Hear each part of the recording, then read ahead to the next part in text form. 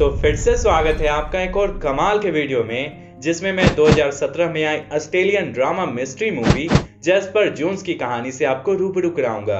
ये 2009 में आई सेम नाम की नोवेल पर बेस्ड मिस्ट्री मूवी है, जिसकी स्टोरी काफी इंटरेस्टिंग होने के साथ साथ हमें कुछ नया सिखाती है, जिसे मैं इस फिल्म के लास्ट में डिस्कस करूंगा।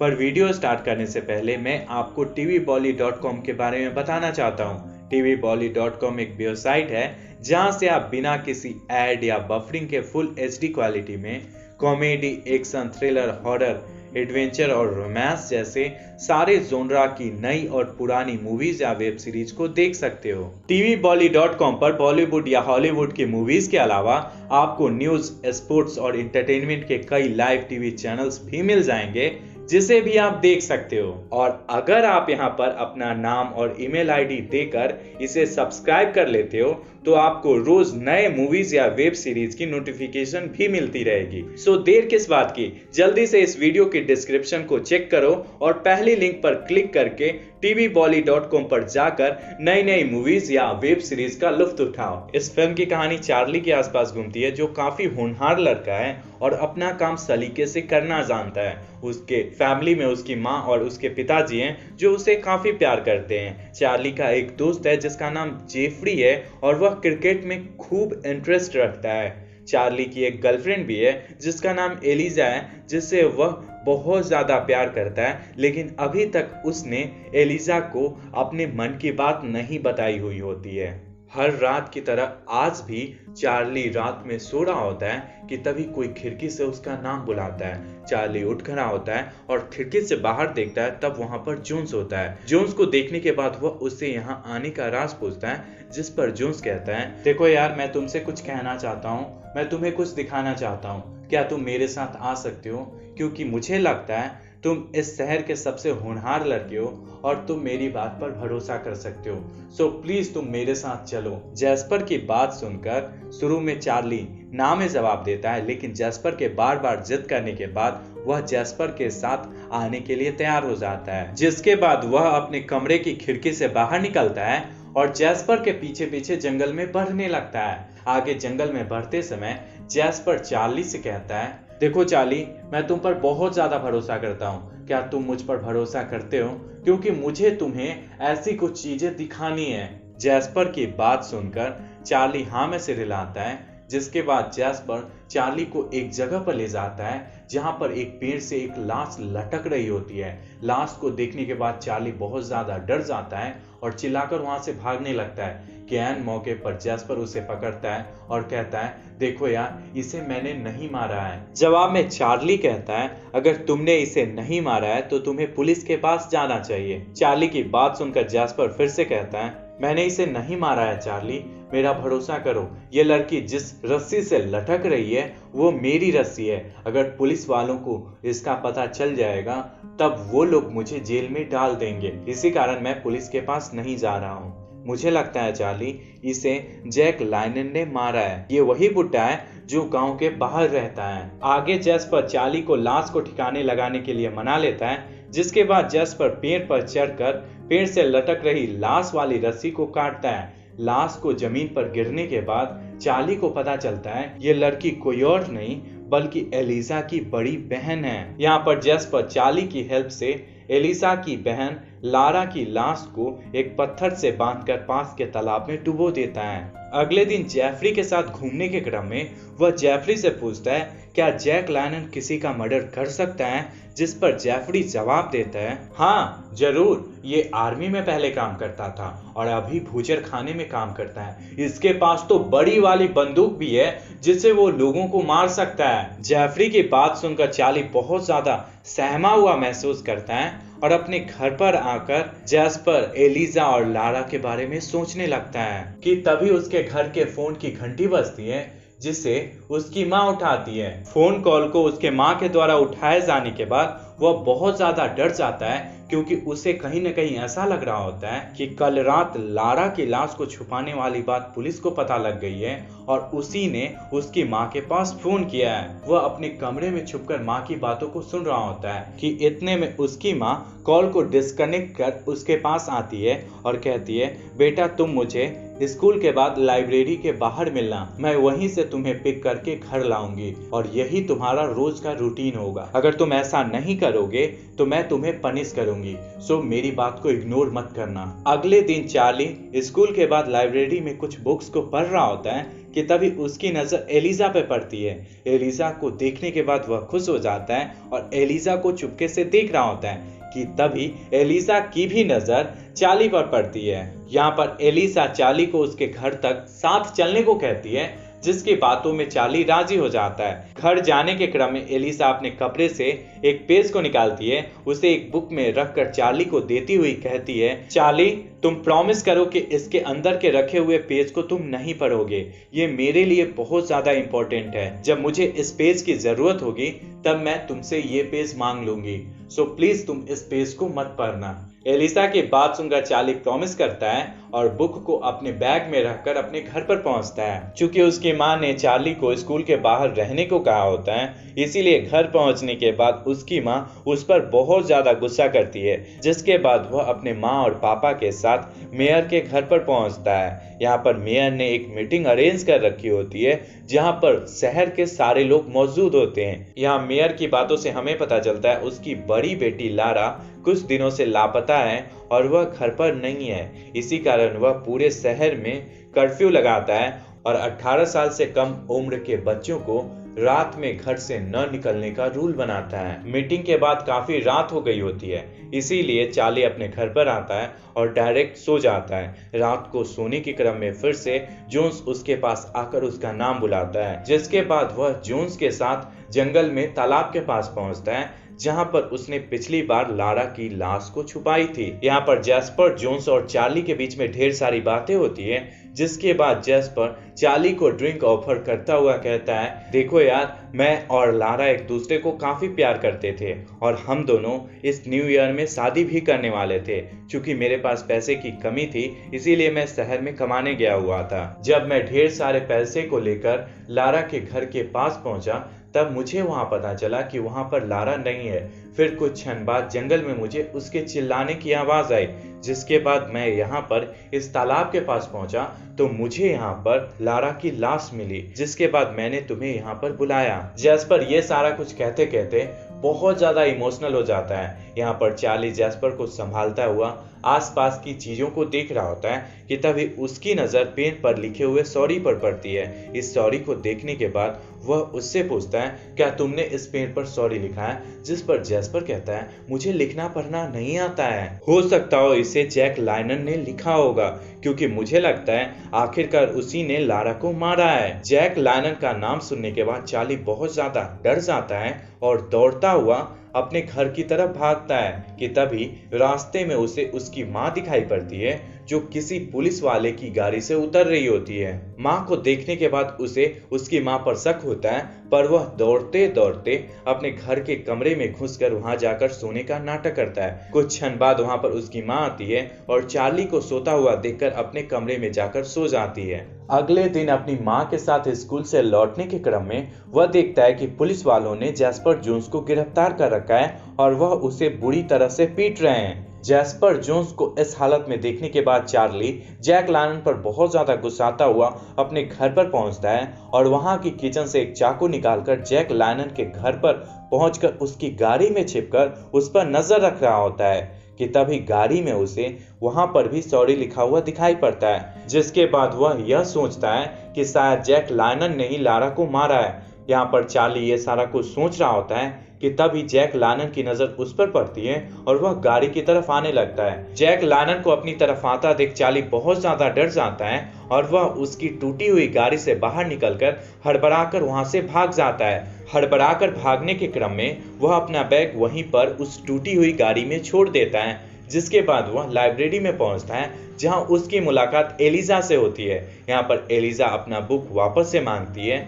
चूंकि चार्ली अपना बैग उस टूटी हुई गाड़ी में भूल चुका होता है, इसीलिए वह वापस से उस गाड़ी में बैग को लाने के लिए जाता है, लेकिन वहां पर बैग नहीं होता है। यह देखने के बाद वह बहुत ज्यादा डर जाता है और अपने घर पर आकर बहुत ज्यादा परेशान रहने लगता है। रात में चार्ली जैक लायनन, जैस्पर, एलिसा और बुक के बारे में सोच रहा होता है कि तभी खिड़की के बाहर जैस्पर आकर उसे पुकारता है। जैस्पर को सामने देखने के बाद चार्ली बहुत ज्यादा खुश होता है और वह जैस्पर से पूछता है, क्या पुलिस वालों ने तुम्हें छोड़ दिया? जिस पर जोन्स कहता है, मैं टॉयलेट करने के बहाने वहां के वॉशरूम में गया, फिर वहां की खिड़की से फरार हो गया। आगे चार्ली जैस्पर को जैक लैनन की टूटी हुई गाड़ी में ले जाता है, जहां उसने पिछली बार सॉरी लिखा हुआ देखा था। सॉरी को देखने के बाद जैस्पर कंफर्म हो जाता है कि जैक लैनन ने ही लारा को मारा है। जिसके बाद जैस्पर चार्ली के साथ जैक लैनन की खिड़की के बाहर पहुंचता है और उस पर नजर रखना शुरू करता है कि तभी एक कीड़ा चार्ली के पैर पर आकर बैठ जाता है और उसे काट लेता है, जिसके कारण चार्ली की आवाज निकल जाती है। चार्ली की आवाज को सुनने के बाद जैक लैनन अपने घर से बाहर निकलता है। जैक लैनन को अपनी तरफ आता देख जैस्पर और चार्ली वहां से भाग जाते हैं। घर लौटने के क्रम में एक पुलिस वाला चार्ली को देख लेता है और वह उसके पास पहुंचकर उसे अपनी गाड़ी में बैठाता है। गाड़ी में बैठने के बाद चार्ली घबराता हुआ कहता है,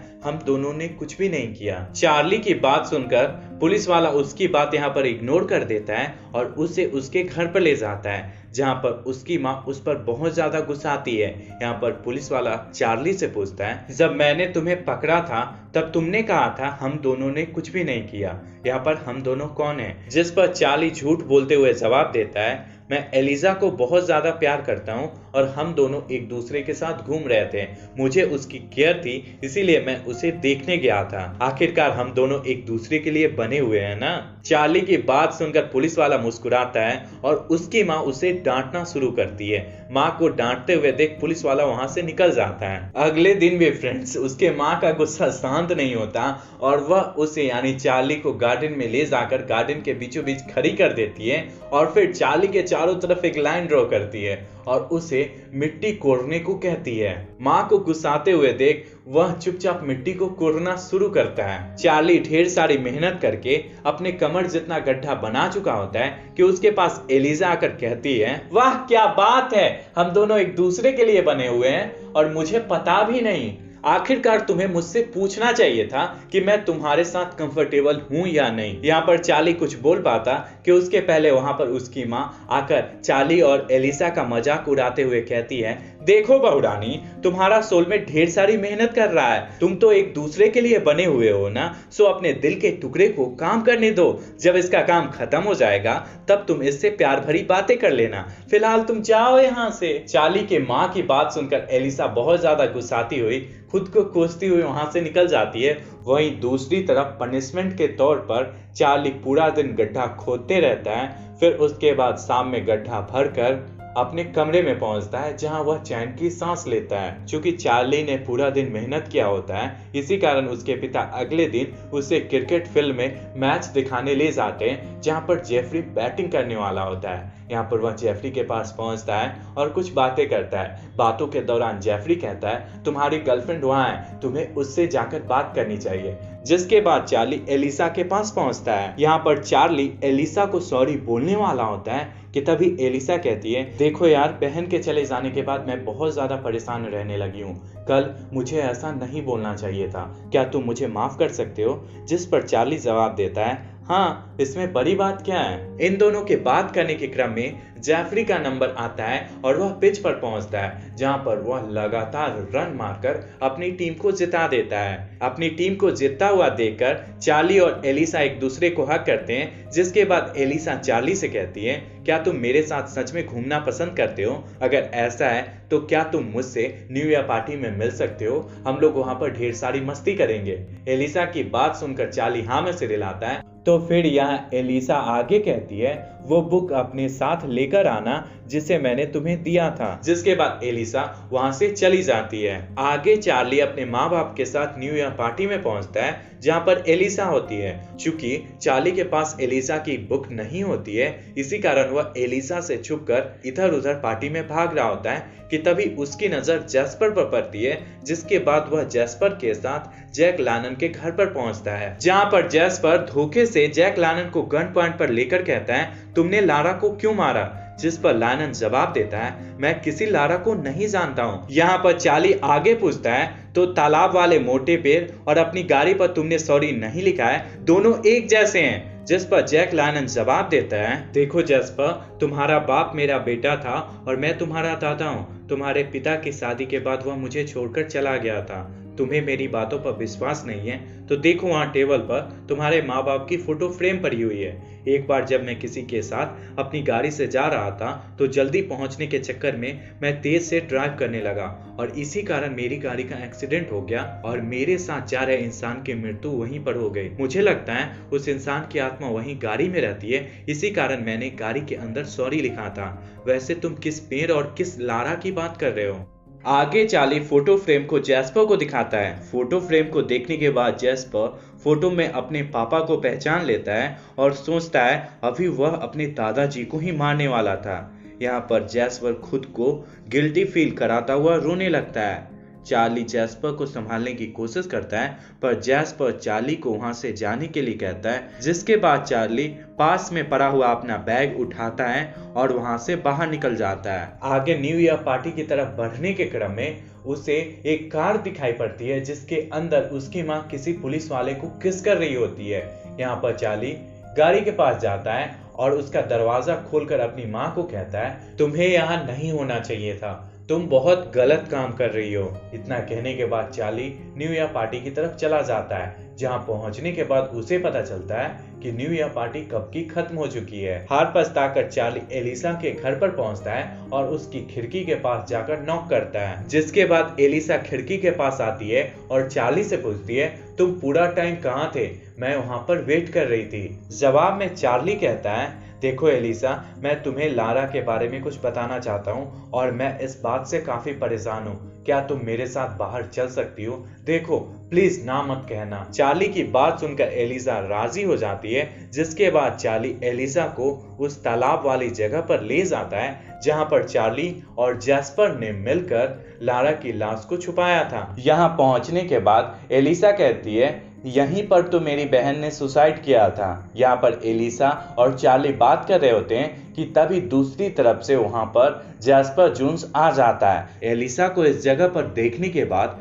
जैस्पर बहुत ज्यादा डर जाता है और चार्ली से कहता है, तुम इसे यहाँ पर क्यों लाए? जिस पर चार्ली जवाब देता है, एलिसा को लारा के मौत से जुड़ी हुई कुछ चीजें पता है। चार्ली की बात सुनकर एलिसा कहती है, मैं एक रात अपने कमरे में पढ़ाई कर रही थी कि तभी मैंने अपनी बड़ी बहन लारा को उसके कमरे से बाहर निकलते हुए देखा। जब मैंने उसका पीछा किया तब वह यहाँ पर पहुंची और इस मोटे पेड़ पर चढ़कर उसने सुसाइड कर लिया। आगे एलिसा चार्ली से अपना दिया गया बुक वापस मांगती है और उसके अंदर से एक पेपर निकालकर जैस्पर को देती हुई कहती है, जब उसने सुसाइड किया था तब उसके हाथ से ये पेपर नीचे गिरा था, शायद ये पेपर तुम्हारे लिए है। जैस्पर पेपर को अपने पास लेता है और उसे चार्ली को देता हुआ पढ़ने को कहता है। चार्ली लेटर को पढ़ना शुरू करता है, जिसके बाद हम व्यूअर्स को पता चलता है लारा और जैस्पर एक दूसरे से प्यार करते थे और जब जैस्पर लास्ट बार लारा से मिलने गया था तब लारा के पिता ने लारा और जैस्पर को एक साथ देख लिया था। क्योंकि जैस्पर एक गरीब घर का लड़का था, इसीलिए लारा और एलिसा के पिता को जैस्पर का लारा से मिलना अच्छा नहीं लगा और जैस्पर के घर चले जाने के बाद वह लारा के कमरे में आया और लारा को पीटना शुरू किया और किसी दूसरे लड़के से लारा की शादी करवानी चाहिए। चूंकि इस न्यू ईयर लारा और जैस्पर ने अपनी शादी प्लान कर रखी थी और क्रिसमस की रात तक जैस्पर ने लारा के पास ढेर सारे पैसे को लेकर शहर से लौटने का प्रॉमिस कर रखा था, इसीलिए लारा ने क्रिसमस तक वेट किया और आधी रात तक जैस्पर के न आने के बाद परेशान होकर घर से बाहर निकली और सुसाइड कर लिया। लारा के द्वारा उसके लेटर से सुसाइड करने वाली बात सुनने के बाद जैस्पर बहुत ज्यादा दुखी होता है और पास के तालाब में जाकर सुसाइड करने की कोशिश करता है, लेकिन चार्ली उसे तालाब से बाहर खींचकर लाता है और उसे संभालता है। अगले दिन चार्ली एलिसा के साथ लारा और एलिसा की माँ के पास पहुंचता है और लारा का लेटर उसकी माँ को दिखाता है। लेटर को पढ़ने के बाद लारा की माँ काफी दुखी होती है और अपने हस्बैंड को जैस्पर के ऊपर से सारे इल्जाम वापस लेने को कहती है। लगभग सारा कुछ नॉर्मल हो जाने के बाद चार्ली अपने घर के बाहर पहुंचता है, जहां वह अपनी माँ को उसके कुछ सामान को गाड़ी में रखते हुए देखता है। यहाँ पर वह अपनी माँ का मजाक उड़ाते हुए कहता है, फाइनली तुम यहाँ से जा रही हो? जिस पर उसकी माँ उसके पास आकर बहुत ही इमोशनल होकर कहती है, हाँ बेटा, कल वाली बात के लिए मुझे तुम माफ करना। मैं फिलहाल शहर जा रही हूँ क्योंकि मेरे और तुम्हारे पिता का रिलेशन काफी दिनों से अच्छा नहीं चल रहा है और हमने अब अलग अलग रहने का डिसीजन लिया है। इतना कहने के बाद वह शहर चली जाती है, जिसके बाद चार्ली अपने पिता के साथ घर के अंदर जाता है और जैस्पर अपने दादाजी के साथ खुशी खुशी रहना शुरू करता है और उनके काम में हाथ बटाता है। फ्रेंड्स, हम अक्सर अपनी लाइफ में बहुत जल्द डिसीजन लेते हैं और गलती कर बैठते हैं। कभी कभी हम में से बहुत सारे लोग हमेशा अपनी ही सुनते हैं और अपनी ही करते हैं और अधिकांशतः सामने वाले को न के बराबर बोलने देते हैं। इस कहानी में लारा कुछ और घंटे के लिए वेट कर लेती या फिर जास्पर का ख्याल करके थोड़ी देर और रुक जाती तो उसकी जान बच जाती और उसकी आगे की लाइफ खुशहाल होती। मेरी आपसे बस यही गुजारिश है कि किसी खास इंसिडेंट पर डिसीजन लेने से पहले आप उस इंसिडेंट के बारे में बार बार सोचें ताकि आपका एक बेटर फ्यूचर हो सके। तो फ्रेंड्स, ये थी इस फिल्म की पूरी एक्सप्लेनेशन। आपको ये वीडियो कैसा लगा? आप 10 में से इस वीडियो को कितनी रेटिंग दोगे? आप अपनी रेटिंग कमेंट में जरूर लिखना। और अगर आपको ये वीडियो पसंद आई है तो इस वीडियो को लाइक करना और आपसे एक प्यारा सा रिक्वेस्ट है, इस चैनल को सब्सक्राइब करके जाना ताकि आपको मेरे चैनल से जुड़ी हुई नोटिफिकेशन मिलती रहे और मुझे आपका सपोर्ट। और फिलहाल के लिए इसी तरह की वीडियो को देखने के लिए आप स्क्रीन पे आ रहे वीडियो पर क्लिक कर सकते हो। तो फ्रेंड्स, वीडियो यहीं तक था। पूरा वीडियो देखने के लिए ढेर सारा धन्यवाद।